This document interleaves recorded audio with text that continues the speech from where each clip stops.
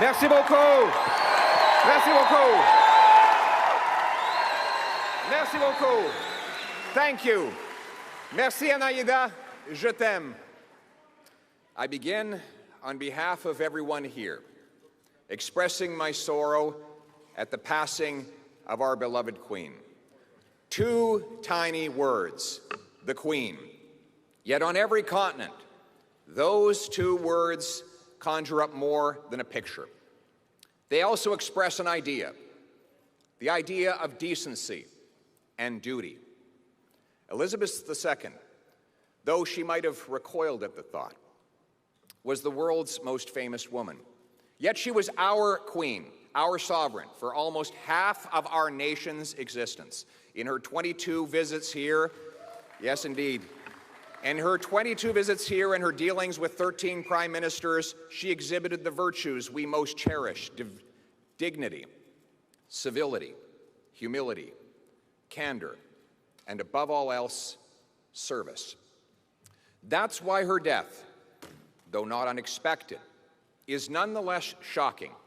We felt we knew her. We felt that her strengths were ours, the strengths of a country which by good fortune and God's grace we call home.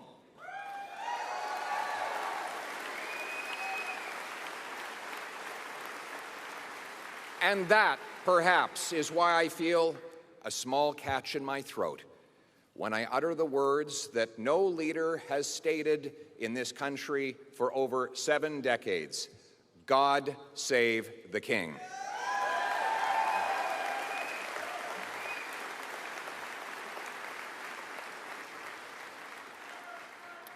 Tonight begins the journey to replace an old government that costs you more and delivers you less with a new government that puts you first, your paycheck, your retirement, your home, your country.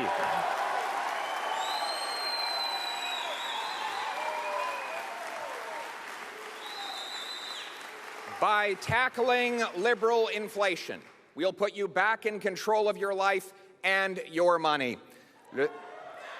Le travail commence ce soir pour remplacer ce vieux gouvernement qui vous coûte plus cher et qui vous apporte moins avec un nouveau gouvernement qui vous place en premier votre chèque de paie, votre retraite, votre maison, votre pays.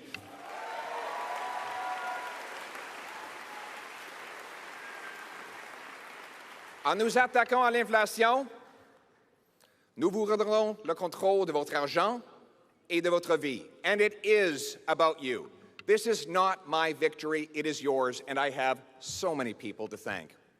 Merci à ceux et celles qui m'ont soutenu et qui se sont portés volontaires pour cette victoire.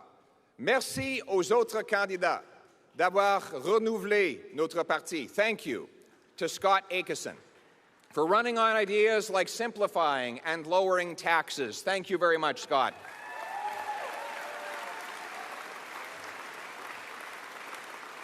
Thank you to Roman Baber for standing up for and making sacrifices for freedom for everybody.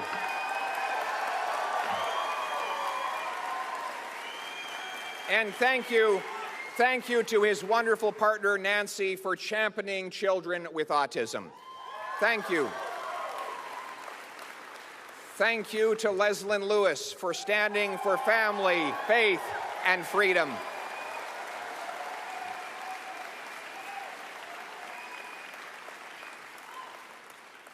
And to her husband, John, for supporting her along the way. Yes. And thank you. And thank you to Jean Charest for your service to our country.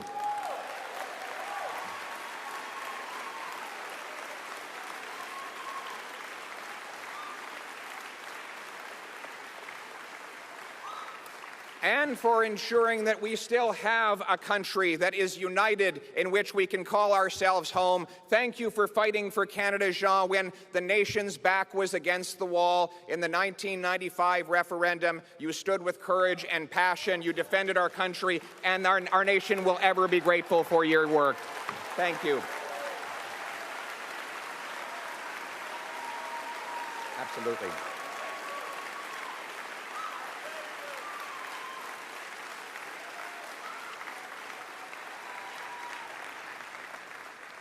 Ça fait à peu près 40 ans que Jean est en politique, au niveau provincial et fédéral. Et c'est dur. Mais souvent, les vrais héros, ce n'est pas les candidats, c'est leur famille. And that's why I recognize Michelle.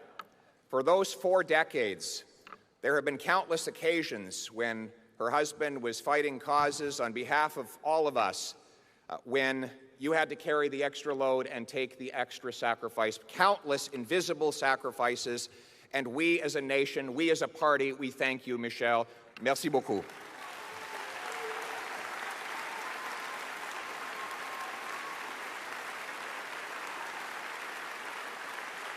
To supporters of all of these fine candidates, I open my arms to you. Now, today, we are one party serving one country.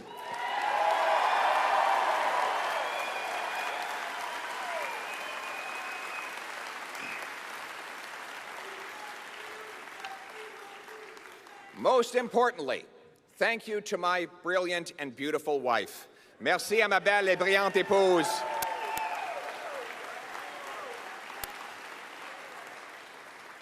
Pour avoir été mon ancre, mon pilier, tout au long de cette folle aventure. Tu as rendu cela possible. Tu es ma meilleure amie et l'amour de ma vie.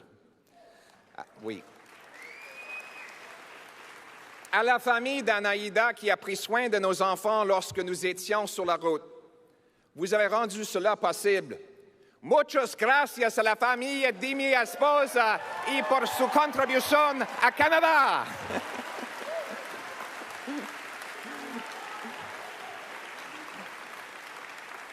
So that's all the Spanish I speak. If you ever come over to our house for one of our grand family gatherings, it's usually 20 Latinos and Latinas arguing, telling jokes, telling stories in Spanish, and one guy standing around having no idea what anyone else is saying. My wife's family not only raised this incredible woman, but they came to this country from Venezuela with almost nothing. And they have since started businesses, raised kids, served in the military, and like so many immigrant families, built our country. And I want to thank, yes.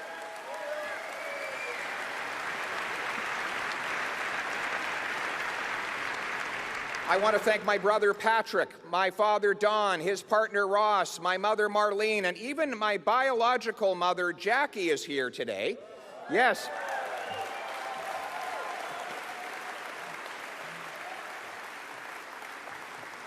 We're a complicated and mixed up bunch, like most families, like our country. I want to thank my parents, though, in particular. I want to thank my parents, 2 school teachers who adopted me from a teenage mother. They taught me that it didn't matter where I came from, but where I was going. It didn't matter who I knew, but what I could do. That is the hope I want my kids to inherit.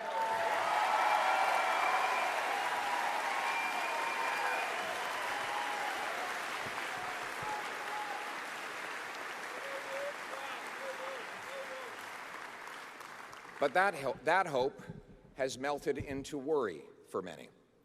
Today, people feel like they've lost control of their pocketbooks and their lives. The cost of government is driving up the cost of living. This government, this Liberal government, has doubled our national debt, adding more debt than all previous governments combined. That means another $500 billion bidding up the cost of the goods we buy and the interest we pay. Inflationary taxes increase those costs further. Now, they plan to triple the carbon tax on gas, heat, and everything else. Le coût du gouvernement augmente le coût de la vie. Ce gouvernement a ajouté à notre dette nationale plus que tous les autres gouvernements dans l'histoire de notre pays. Ça veut dire 500 milliards de dollars qui ajoutent à l'inflation et aux augmentations des taux d'intérêt. C'est le gouvernement le plus cher dans notre histoire. It is the most expensive government in history. And the more they spend, the more things cost. The result? Families downgrade their diets to cover the 10% year-over-year jump in food prices. Seniors delay their retirements and watch their life savings evaporate with inflation. 30-year-olds who did everything we asked them to do, got degrees, worked hard, are trapped in 400-square-foot apartments or worse, their parents' basements because house prices have doubled under this government. And those who do own homes are paying more interest on their mortgages, even though this government promised interest rates would not rise for years. Les mères monoparentales mettent de l'eau dans le lait de leurs enfants pour pouvoir se permettre la hausse de 10% de la nourriture d'une année à l'autre. Les personnes âgées voient leurs économies s'évaporer avec l'inflation. Des jeunes de 30 ans qui ont fait tout ce que nous avons demandé d'eux, obtenir un diplôme, travailler fort, vivre dans le sous-sol de leurs parents parce que les prix des maisons ont doublé. Et ceux qui ont une maison paient davantage d'intérêts pour leur hypothèque. No wonder people are worried. Most are lucky to be just getting by. Many are falling behind. And there are people in this country who are just hanging on by a thread. These are citizens of our country. We are their servants. We owe them hope. They don't need a government that sneers at them, looks down on them, calls them names. They don't need a government to run their lives. They need a government that can run a passport office.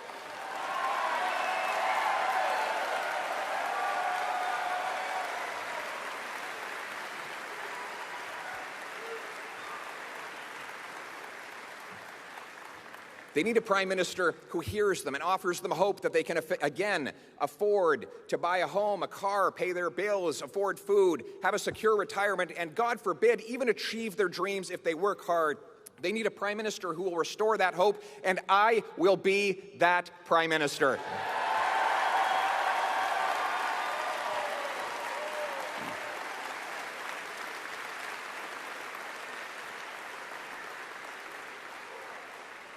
We will rekindle the hope that people's paychecks and savings can again buy a decent life. We will make government affordable so that life is affordable. We'll cap spending and cut waste to reverse inflationary deficits and taxes. That includes axing new taxes on your paycheck, gas, heat, and other essentials.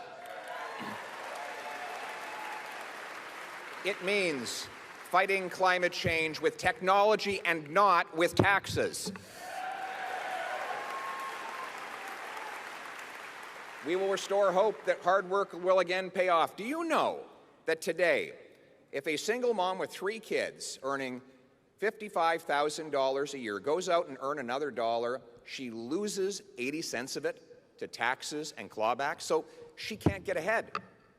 I will reform programs and cut taxes so that when that single mother and people like her earn more, they keep more, and hard work always pays off in this country.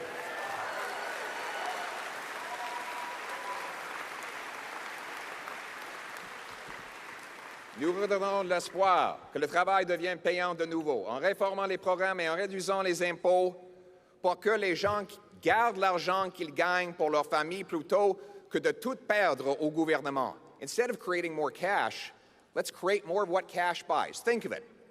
If you've got 10 loaves of bread and $10, well, it's $1 a loaf. If you double the number of dollars to 20, but you still have 10 loaves of bread, well, then it's $2. You see, spending more doesn't get us more. We need to make more. So instead of doubling the money, let's double the bread. Let's remove the government gatekeepers to build more homes, grow more food, and produce more energy right here in Canada.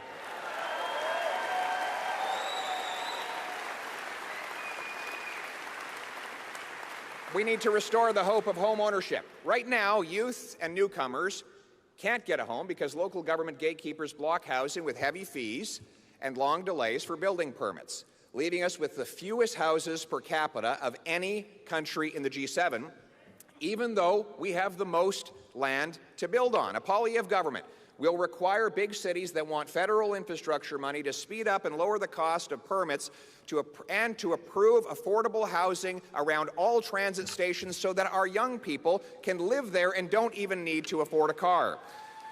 We will also We'll sell off 15% of the underutilized 37,000 federal buildings to turn them into housing and use the proceeds of sale to reduce our deficit. In other words, stop printing money, start building homes for our people. Speaking of homes, we must make stuff here at home again, here in Canada. Look, trade is great.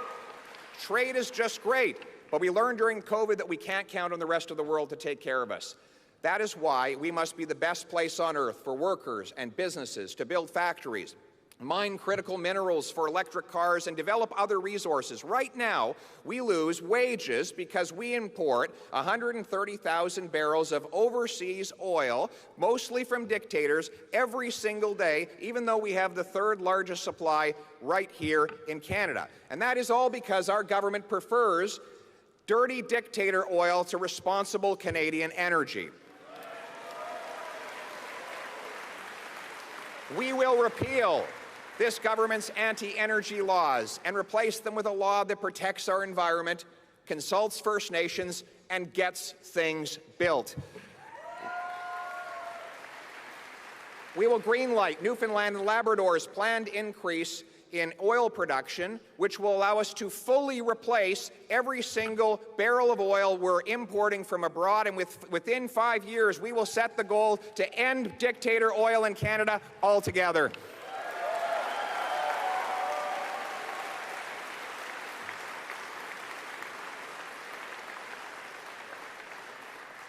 Et au lieu d'aider Poutine à vendre son gaz naturel à l'Europe pour financer sa guerre contre l'Ukraine, un gouvernement Poilievre soutiendra des projets comme GNL Québec. Nous savons tous que les Québécois ont une source d'énergie propre, l'hydroélectricité, qu'ils peuvent utiliser pour liquéfier le gaz naturel sans émission. L'Europe a besoin d'acheter du gaz. Voici le choix. Certains préfèrent que l'argent du gaz naturel finance les armes de guerre de Poutine. Moi, je veux que cet argent-là finance les chèques de paie pour Jean-Marc Tremblay, le soudeur du Saguenay. We will greenlight mining and manufacturing of minerals like lithium, cobalt, and copper to make electric cars and batteries. We will allow for technology to be unleashed here instead of our money to go to foreign dictatorships. And that also includes repatriating food production by standing with our farmers here at home. This government's high-energy taxes and proposed fertilizer cuts will only drive food production abroad to more polluting foreign jurisdictions, which would have to then burn fuel to ship, train, and truck that food back to us. But didn't we learn how irresponsible it was to rely on the rest of the world to provide us with our essentials during COVID? A Poilievre government will repeal these taxes and fertilizer mandates to get out of the way and off the backs of our farmers so that we can grow affordable food, feed our people, and be the breadbasket of the world.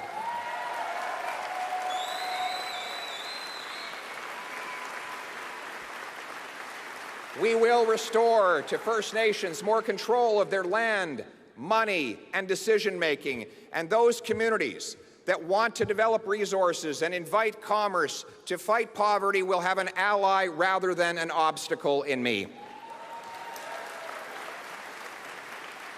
We must remove other unneeded barriers by axing the disastrous ArriveCan app.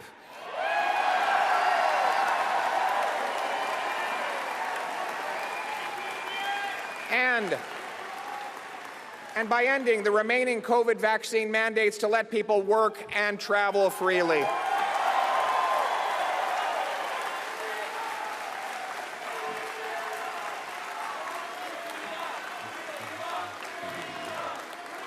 Thank you. We will bring hope. We will bring hope to doctors, nurses, engineers, and others who are immigrants to this country but are blocked from working in their professions for no other reason than that they come from another country. We'll team up with provinces to guarantee that within 60 days, an immigrant applying to work in their profession will get a yes or no based on their tested abilities, not based on where they come from. We'll back up 30,000 small study loans for those in need of time off work to study up to the Canadian standard. Enough talking, remove the gatekeepers to get more doctors, more nurses, more engineers, and more inflation-proof paychecks for our brilliant immigrants. And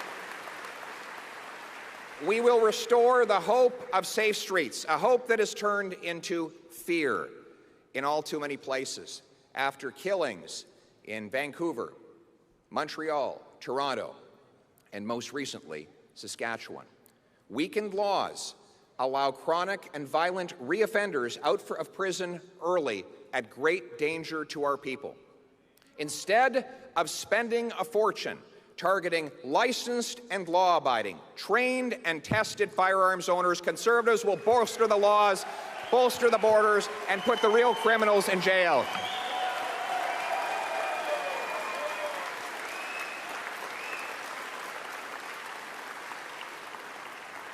Et nous redonnerons de l'espoir aux Québécois afin qu'ils puissent reprendre le contrôle de leurs décisions et de leur vie, au lieu d'être contrôlés par un gouvernement centralisateur et woke à Ottawa.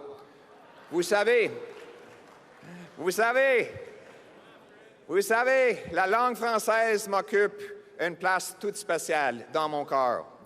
Mon père, qui a des origines canadiennes françaises et qui vient d'un village francescois, m'a transmis l'importance de préserver le français dès mon plus jeune âge. En grandissant à Calgary, malheureusement, j'avais trop peu d'occasions de le parler. Donc, j'ai beaucoup de travail à faire. Maintenant, je continue de perfectionner cette langue que j'aime, langue fondatrice de notre pays. Avec mon épouse, une Montréalaise, nous transmettons à notre tour à nos enfants qui vont dans les garderies francophones. Nos petits-enfants, Baby Cruz et Valentina, ils auront la langue française comme première langue. Et la deuxième langue, évidemment, espagnol.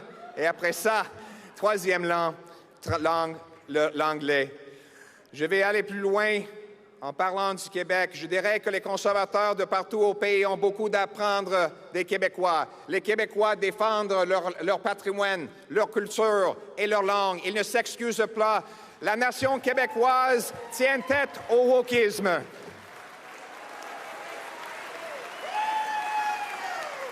Mon gouvernement ne va pas se mettre le nez dans tout. Un État fédéral plus petit va faire grandir des citoyens du Québec et du Canada. Small government makes for big citizens who own their homes, build their dreams, raise their families, look out for their neighbors, and earn powerful paychecks and savings free from inflation and overtaxation. We will restore Canada's promise in a country where it doesn't matter who you love, or if your name is Smith or Singh, Martin or Mohammed, Chang or Charles. A country where the dreamer, the farmer, the worker, the entrepreneur, the survivor, the fighter, the ones who get knocked down but keep getting back up and keep going can achieve their purpose. A country where the son of a teenage mother adopted by two teachers can dare to run for Prime Minister of Canada.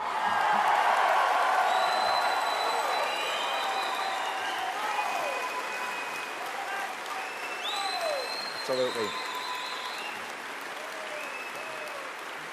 In the words of the great Canadian Prime Minister John Diefenbaker, I am a Canadian, free to speak without fear, free to worship God in my own way, free to stand for what I think right, free to oppose what I believe wrong, free to choose those who shall govern my country. This heritage of freedom I pledge to uphold for myself and all of mankind. Merci beaucoup. Thank you very much.